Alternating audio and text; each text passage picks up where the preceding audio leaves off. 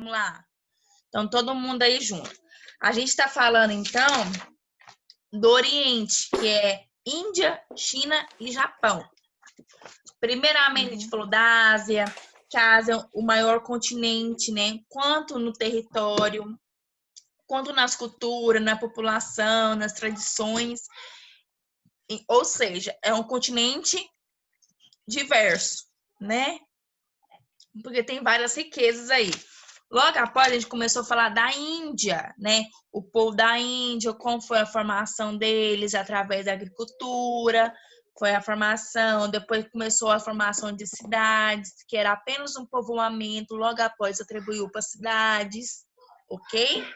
Então, com a cidade, começou então a ter o quê? Suas casas, seus templos, seus comércios. Aí começou então a construir, né? Cada bloquinho aí das cidades, uma característica. Principalmente os templos, né? Que os templos aí então começou a envolver a religião aí da Índia, né? Então, qual que é a religião? O hinduísmo, né? Então, através desse hinduísmo também, tem suas características, que é o quê? Os rituais, o sacrifício de animais, né? Há reencarnações também, que eles acreditam em reencarnações. Eles acreditam também em variedade politeístas. O que é politeístas, pessoal? Você acredita em vários deuses? Né? Que acredita, isso, que acredita em vários deuses. Então, eles acreditam também, tem esse movimento de politeístas, tem as suas divisões de classes, né? Que é a classe, o quê? A castra, né? Que é assim, exemplo, a sua família, Laura, não pode misturar com a família da Maria Clara, porque você é de uma classe social e a Maria Clara é de outra. Então, a sua classe social casa somente com sua classe social. A classe social da Maria Clara só casa somente com a classe social da Maria Clara. Então, eu tenho essa visão de castra. Hoje em dia, na Índia, na lei, tem a lei que tem que ter essa mistura. Porém, ainda eles pegam essa cultura, essa tradição ainda dos povos antigos, ok? Então, é isso. Aí falou também sobre os portugueses, que começou a invadir, começou querer seus comércios, né, seus produtos, como outros países também que os portugueses tentaram invadir, né? Exemplo, então, a África, né, que é um país um continente, que é um continente que os portugueses invadiram, né, certo? Então, aí teve. Então, com isso, é o resumo que a gente vai entrar agora na Índia. Isso é só na China, que isso é só na Índia, ok? Já na China, que é no país, na página 25 aí de vocês, então começar a colocar aí, é um território com várias variedades, ou seja, florestas tropicais, cordilheiras, planícies, paisagens, né? Lindas paisagens, então são de um território aí com várias variedades aí. Seus primeiros povos também foram situados perante um rio, na margem de um rio. Lembra que eu falei para vocês que esses povos sempre ficam próximo de um rio ou nas margens por causa do povoamento para construir os seus produtos agrícolas? Então, na China também foi assim, perto de um rio, nas margens, que é o Rio Amarelo, que é chamado Rio Amarelo. E ele, então, começou as suas construções ali. Ou seja, amarelo e azul. Ou seja, principalmente o seu cultivo. Lembra que eu falei para vocês que esse povo sempre faz sua própria plantação, né? Seu próprio cultivo, ok? Foi rapidinho, professor, o negócio que eu fui fazer.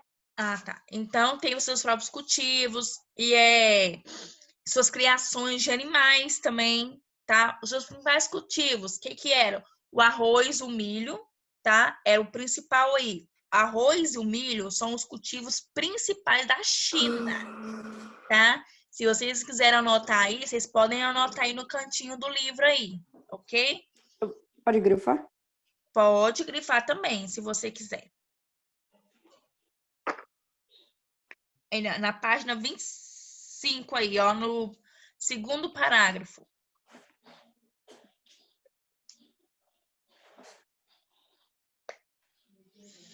Continuando. Então, com isso, começou então a ter as construções. É um pequeno povoamento, né? Nas margens de um rio, começa o seu cultivo, então começa a quê? Expandir, certo? E com isso, expandir, começou então a ter o quê? As suas dinastias. O que é dinastias? Vários reis governavam, não era um único rei, então vários reis. Então, quando a gente fala de dinastia, são vários reis que governam, então vários reis que têm o trono, ok? Essa palavrinha dinastia, tá? Significado vários reis, tá? Então, foi construída aí as dinastias. Essas dinastias teve o quê? Sua própria cultura, os seus impostos, os seus comércios, a construção de várias cidades, né? Então, começou, então, a expandir. De um pequeno povoamento nas margens do Rio Amarelo, começou, então, os outros grupos, que era chamado de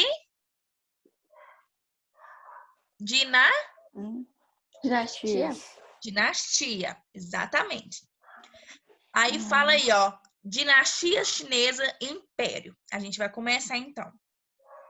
Então, por volta de 2000 a.C., ocorreu a formação de pequenos reinos, que é as dinastias, ok?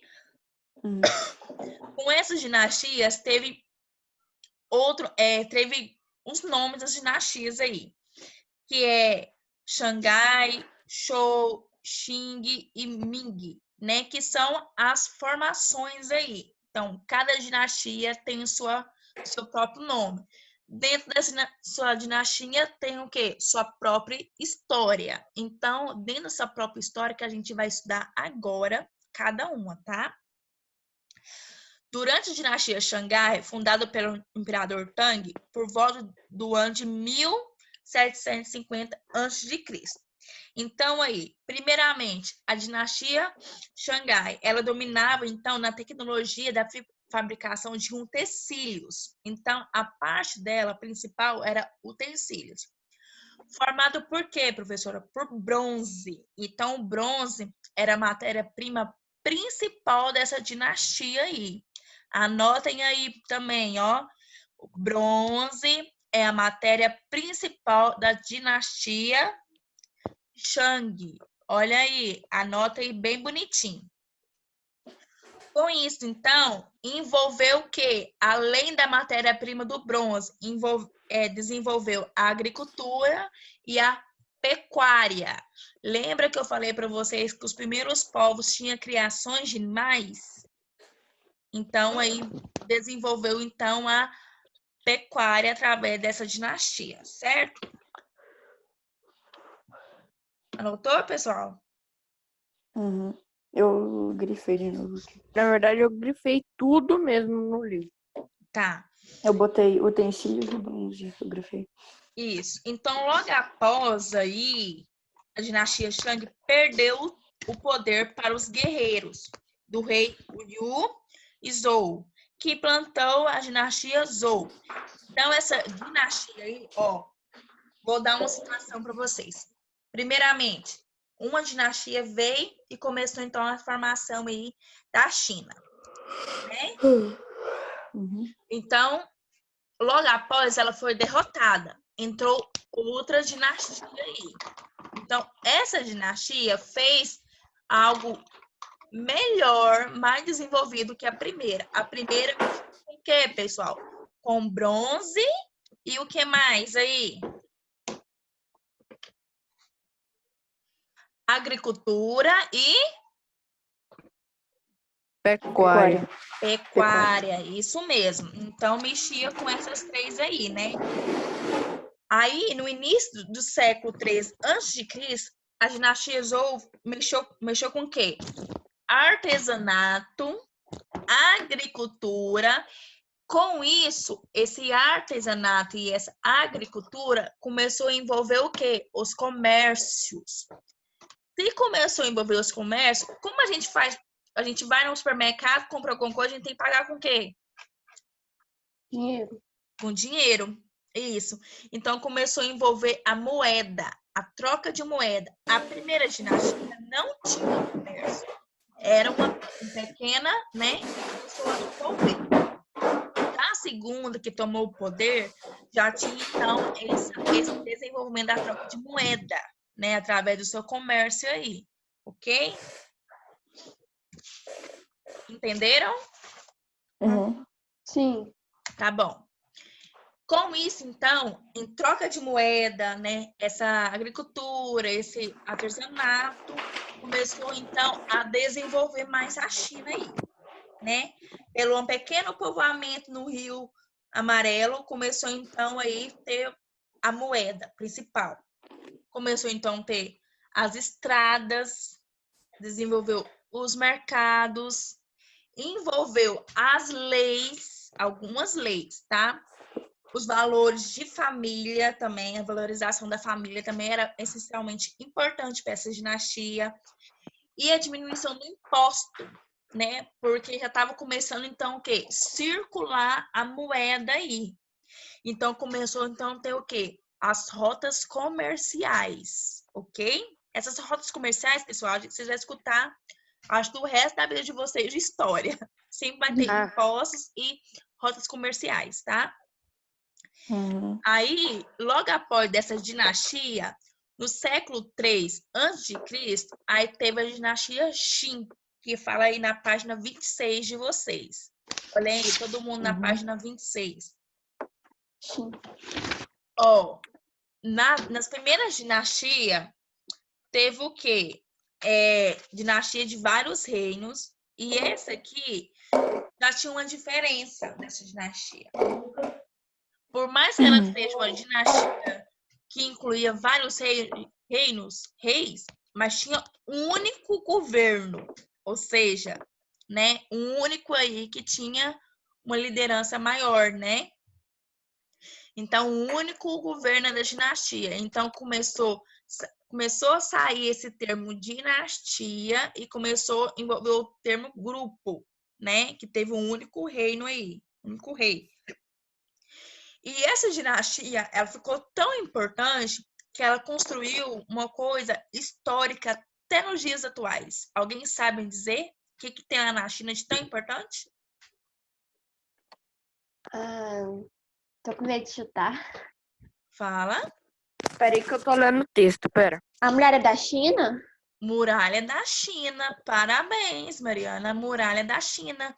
Então, foi através dessa dinastia Qin que começou, então, a ter a construção aí da muralha, que até hoje, nos dias atuais, ela é falada e ela é vista, né? Peraí, pessoal, só um minutinho. Sou João, peraí, eu tô lendo E o essa texto. muralha da China, ou então a Grande Muralha, que pode ser falada também, ela foi construída pelo rei, o rei Qi, né? O Xin e o Qin. Então, ela foi construída aí. Na página 26 de vocês, tem um mapa que fala expansão da China imperial. E ela tem aqui, ó. Tá vendo? A muralha. Aham. Então aí, né? A famosa histórica muralha da China. Agora, se alguém Tem perguntar... uma parte da muralha que é separada. Uhum. É porque a construção, né, que começou a desenvolver, aí viu que não era ali, certo? E fez outra parte. Porque essa muralha é para o quê? Proteger os chineses contra os outros povos estrangeiros que queriam invadir ali. Os arqueiros ficavam lá em cima de ouro. Essa muralha. Oi, João? Os arqueiros ficavam lá em cima de ouro o dia todo. Então, pessoal, quando as pessoas falaram para vocês a construção da muralha da China, vocês vão falar que através do século III a.C., né, pela dinastia de Qin, pelo rei Qi. Você pode falar só Qi, só. Sim, Tá, mais ok. fácil. Isso. Então, aí, após a morte do rei Ti, né, veio outro abalo aí. O abalo da política e das revoltas aí que estava influenciando. Vocês viram, pessoal, que é um reino, uma dinastia querendo pegar a outra? Um território, aí invade ali, aí aquilo ali é cancelado. Aí vem outra dinastia. Então, foi isso. Então, com a morte desse rei, que fez a construção da muralha da China, o Qi, começou então o quê? Implantar outra dinastia aí. É a dinastia Han. Dinastia Han, logo após da morte do rei. Então, ela teve um total poder aí, né? Porque ela falou, não tem rei aqui, então a gente que manda, a gente vai invadir geral aqui. Então, essa parte desse território aqui. Esse território é nosso. Então, chegando, né? Aí, foi o quê? Logo após, então, só que não ficou muito tempo. Por mais que eles iam lá invadir isso, aquilo, mas essa dinastia não ficou muito tempo ali tão poderosa. Por quê? As construções dele para o desenvolvimento da China não foi tão grande assim.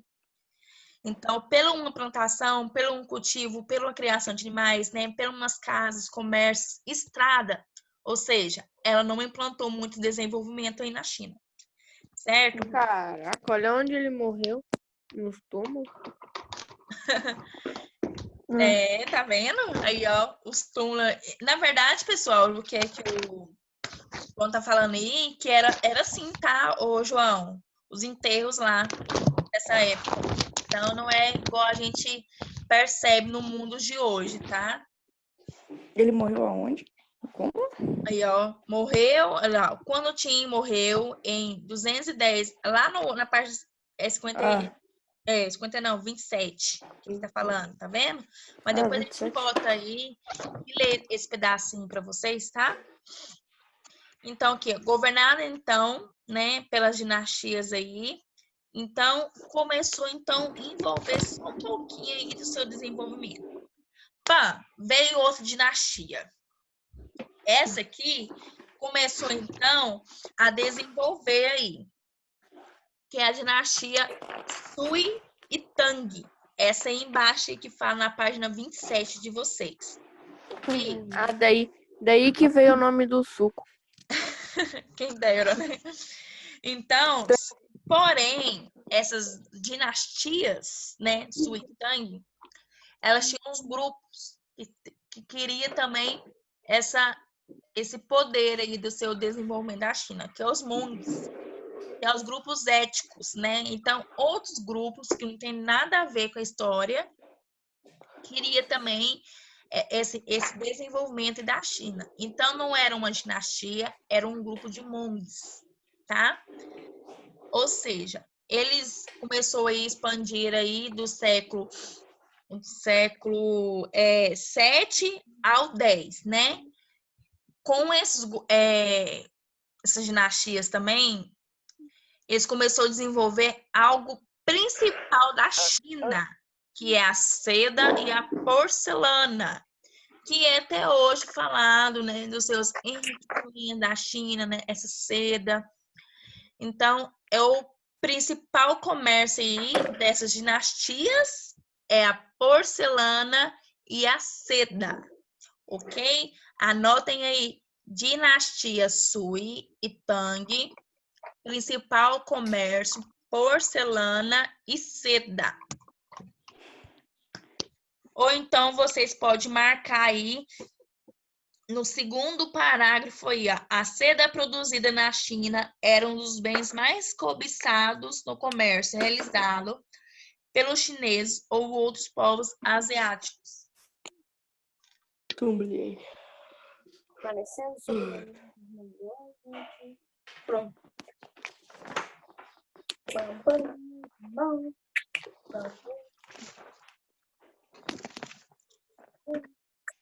Prontinho aí, pessoal? Sim. Uhum. A gente vai. Então aí, esses monges que queria, né, envolver aí, eles foram expulsos por essas dinastias. Eles não conseguiram ir guerrilhar, né, com essas dinastias aí. Então, eles foram expulsos. Professora, Oi, quem falou? é verdade, Matheus. é verdade que existia aqueles monges Shaolin? Lógico, na China, gente, existe monges, com certeza. Existe até hoje. Isso porque é por causa das religiões deles, né? Então, as religiões deles, eles acreditam em monges, ok? As religiões, vou falar logo em seguida, tá, Matheus? Tá. Então, eles foram expulsos, né? E logo após ser expulso, as dinastias aí, as duas dinastias, Sui e Tang, acabaram. E veio outra dinastia. A dinastia Ming, que é falada no finalzinho aí.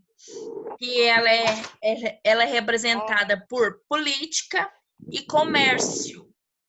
Essa Aonde, professora? política e comércio, ela vem aventuada com dois países, que é a Índia e a África, e o continente africano. Então, elas teve que parceria nos comércios e na política com esses dois aí, a Índia e o continente africano, certo? Então, Aonde que é isso aí, professora? Então, Oi? não tô achando, não. não, Não. Onde que é? Que página? aqui, ó, na página 29, Ah, logo abaixo do exercício aí. Religião da... Acharam? A gente já tá quase acabando. Tá sendo bem rápido. achei. Taoísmo. Aí vem o fato que o Matheus falou das religiões, que é o próximo tema aí, ó. Essas religiões, né, que foi dominada aí o taoísmo, o budismo, o islamismo. Gente, é tão engraçado que a maioria das religiões termina com ismo. Perceberam? Sim. Catolicismo. Que mais? Islamismo. Cristianismo. Cristianismo, budismo. Então, a gente fala de ismo, a gente lembra Taísmo. de religiões, né? Budismo é do Deus Buda, né? Isso. Então, aí, logo após, então, E a que tudo que as religiões do ismo, né? Então, a gente lembra de religião. ismo, a gente lembra de religião, certo? Ô, professora, a A senhora religião da paz.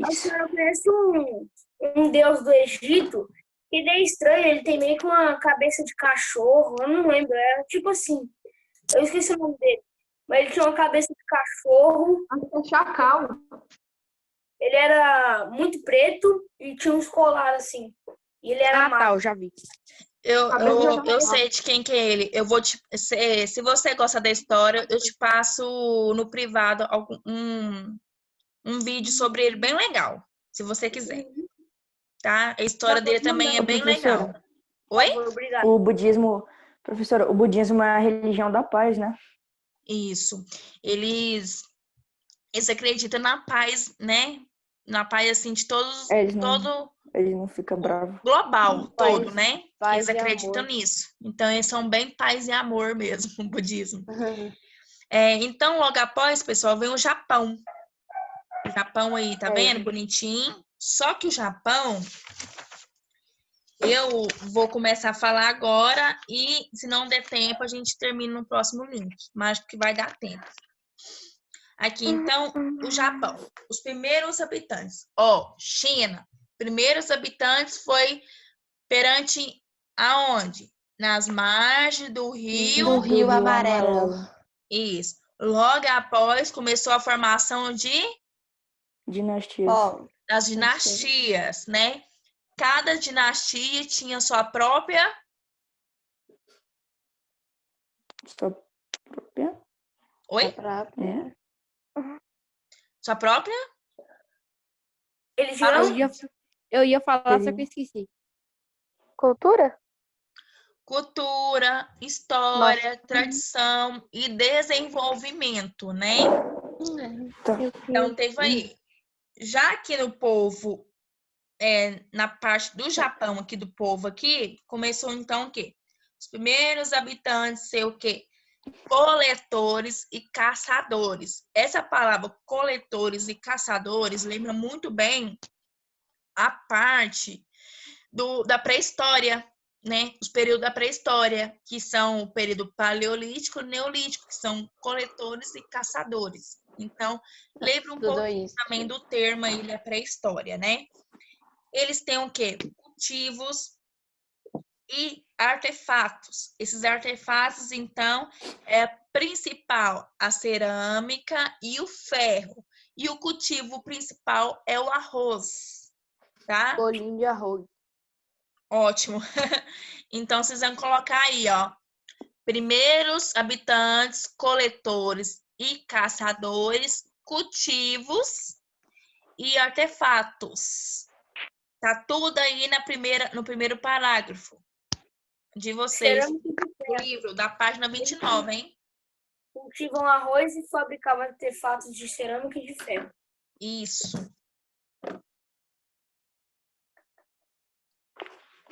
Essa escultura tá top que tá do lado. Olha lá, ó. Mar amarelo. Ô, João, lê embaixo aí pra mim a fonte da escultura. Dogo 1. A escultura de cerâmica pré-história do Japão. Museu Nacional de Artes Asiáticas e Guimet, Paris. Isso. Então, lembra que eu falei para vocês que são caçadores e coletores? Então, é o grupo quê? Da pré-história do Japão. Tá vendo? Então, com isso, pessoal, ele começou a desenvolver também cidades, né? Japão aí, né? Começou a desenvolver. Como vocês sabem, o Japão, né? É rica aí, né? Tem suas histórias famosas aí. Então, ela começou, então, a construção de cidades. A primeira cidade, Nara, teve sua construção em 694.